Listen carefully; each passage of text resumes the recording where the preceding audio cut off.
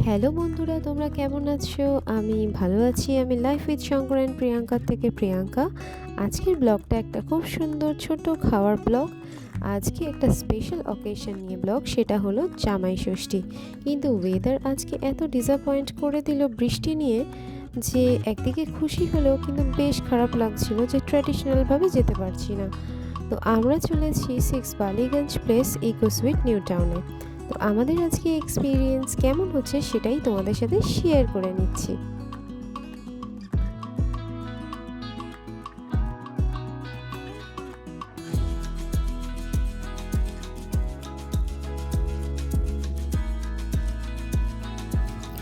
আজকে খুব সকাল থেকে এক্সাইটমেন্ট ছিল যে জামাই ষষ্ঠী খেতে যেতে হবে, কিন্তু ওয়েদারের বহর যা দেখলাম, মোটামুটি মর্নিং স্কুল করে ফিরে বুঝলাম যে আজকে খুব বাজে ওয়েদার হতে চলেছে।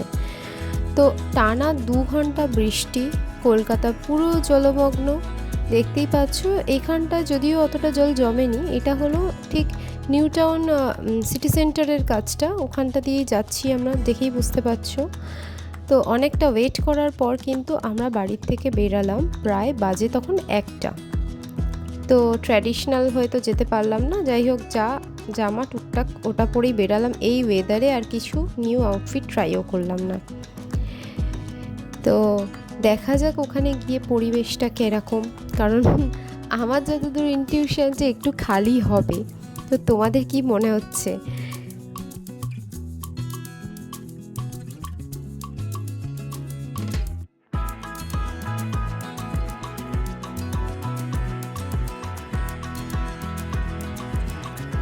আমাদের বাড়ির থেকে 6 বালিগঞ্জ প্লেসটা কিন্তু খুব একটা বেশি ডিস্টেন্স না, এই 25 মিনিটস মতো লাগে যদি জ্যাম থাকে, নাহলে আরও আগে পৌঁছে যাওয়া যায়।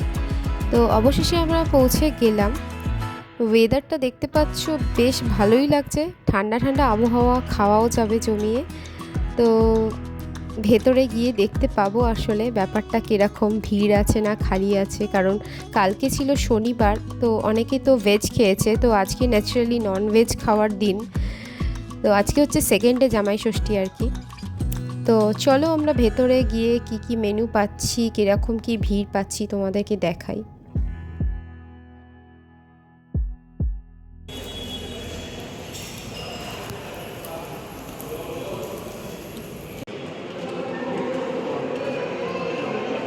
মামা কি করছো? এইটুখানি ছাতা তোমার? অবশেষে আমরা 6 বালিগঞ্জ প্লেসের ভেতরে ঢুকলাম। তো দেখে কিন্তু বেশ ভিড়ই লাগলো, তোমাদেরকে দেখাই। তো দেখতেই পাচ্ছ মোটামুটি জায়গা পেতে আরও আমাদের 1 ঘন্টা টাইম লেগেছিল, 1 ঘন্টা আমরা ওয়েট করেছিলাম। 2টো নাগাদ সিট আমরা পেয়েছিলাম, কারণ আমাদের 3 সিট দরকার ছিল। তো এইটা হলো সেই বুফে মেনু। তো বাফেটে মেনুতে যা যা দেয় ইউজুয়ালি ওরা গন্ধরাজ খোল, তারপরে লুচি আলুর দম, তার সঙ্গে হয়েছে পোলাও, ভেটকি মাছের পাতুরি, চিকেনের একটা আইটেম ছিল, মাটন ছিল, আর এটা স্টার্টার ছিল তিল মুরগি, তিল লঙ্কা মুরগি। তো বেসিক্যালি এটা একটা ওই চিকেনের ফ্রাইড চিকেন টাইপের, খারাপ ছিল না, তো আমার অতটাও ভালো লাগেনি আর কি। মানে ইউজুয়াল ডেতে আসলে কীরকম লাগতো জানি না, তো আজকের দিনে খুব রাশ। আর লুচি বেগুন ভাজা খুব সুন্দর সাজিয়ে ওরা দিয়ে গেল। তো এটা আমার একটা ফেভারিট খাবার, জানি এটা খেলে পরেরগুলো আর সেরকমভাবে ট্রাই করতে অসুবিধে হবে, তবুও খিদে খিদে পেয়েছিল আর ওয়েদারটাও ভালো ছিল, তো খেয়ে ফেললাম আর কি। তো এরপর আমি তোমাদেরকে দেখাচ্ছি বাফেটে কী ছিল। এখানে বড়ি দিয়ে শাক ভাজা আর ডিম কলিজা, তো প্রথমে একটু দেখেছিলাম, তারপর থেকে আর ফিল হয়নি, রিফিল সেটা হয়নি।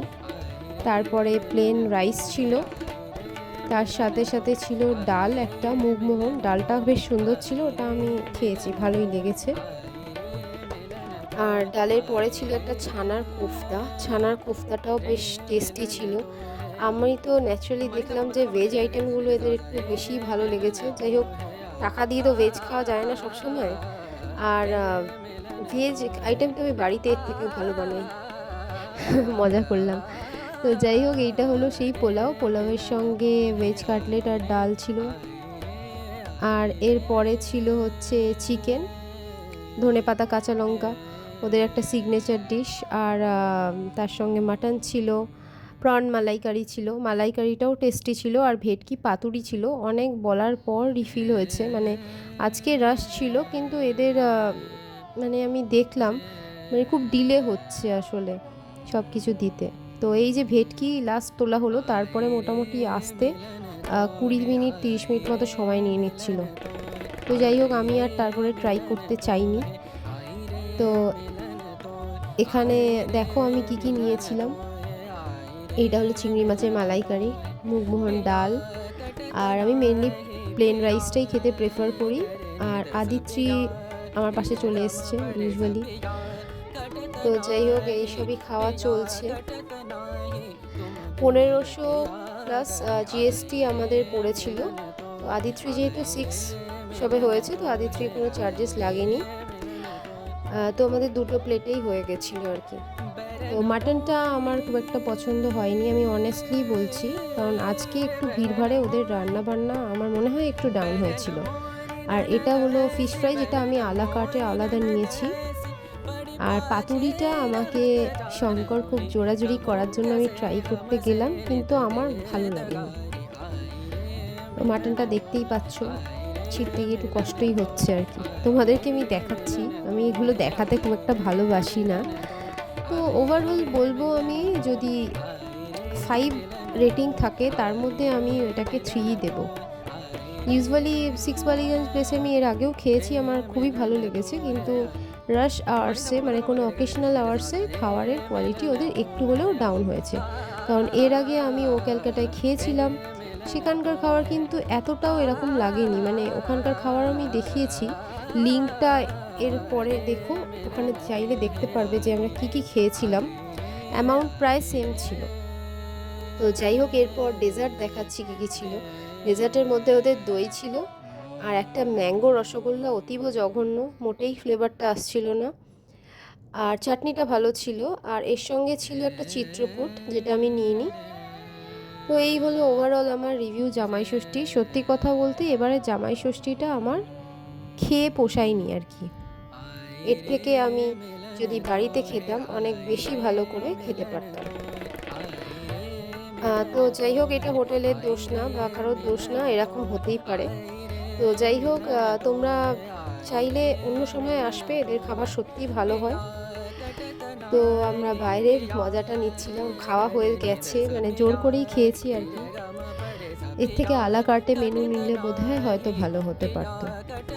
তো এরপর আমরা আশপাশটা ঘুরে টুকটাক ফটো সেশন করে আমাদের আজকের জামাই ষষ্ঠীর খাওয়া পর্ব মেটালাম, আর ধীরে ধীরে পায়ে আমরা বাড়ির দিকে রওনা দিলাম। এই ছোট্ট ভিডিওটা তোমাদের কেমন লাগলো জানাতে ভুলো না অবশ্যই। এটা যদিও লেট পোস্ট, তো লাইফ উইথ শঙ্কর অ্যান্ড প্রিয়াঙ্কাকে অবশ্যই সাবস্ক্রাইব করো for more videos. Bye bye.